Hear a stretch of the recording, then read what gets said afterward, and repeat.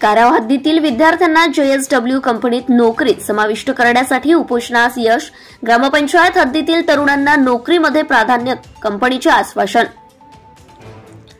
JSW कंपनीत काराव ग्रामपंचायत हद्दीतील सुशिक्षित तरुण बांधवांना नोकरीत सामावून घ्यावे मागणीसाठी काराव ग्रामपंचायतीचे सदस्य दिनेश म्हात्रे, सदस्या भाग्यश्री कडू, मुक्ता वाघमारे यांनी उपविभागीय अधिकारी कार्यालय पेण येथे लाक्षणिक उपोषण केले। यावेळी ग्रामपंचायतीचे सदस्य, ग्रामस्थ उपस्थित होते।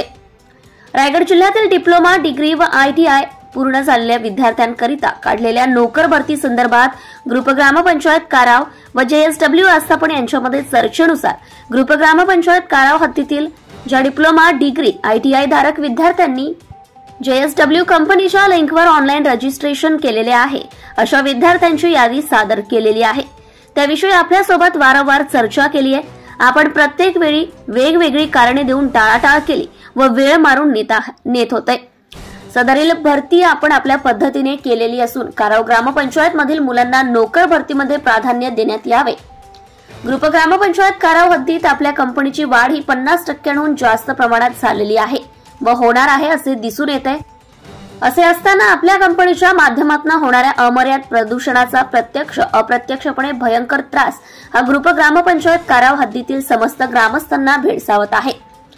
असे असून सुद्धा आपण सदरील भरतीमध्ये ग्रुप ग्रामपंचायत काराव हद्दीतील मुलांना डावलून रायगड जिल्ह्यातील इतर भागातील मुलांना प्राधान्य दिलेत असे समजते।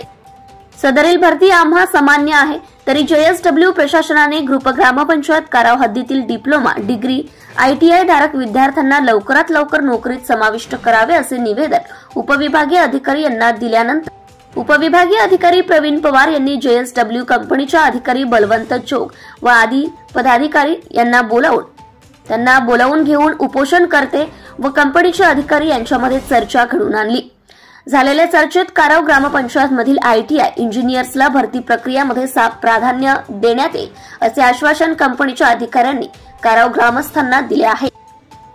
यावेळी ग्रामपंचायत काराव सदस्य दिनेश तुकाराम म्हात्रे, मुक्ता अंकुश वाघमारे, भाग्यश्री राजेंद्र कडू, आंदोलन मार्गदर्शक अरुण शिवकर, ग्रामपंचायतीच्या सरपंच मानसी पाटील, ग्रामपंचायत सदस्य, पंचायतीमधील ग्रामस्थ, आदिवासी महिला मोठ्या संख्येने उपस्थित होते।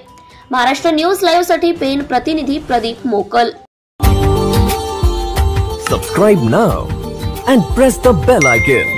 Never miss an update.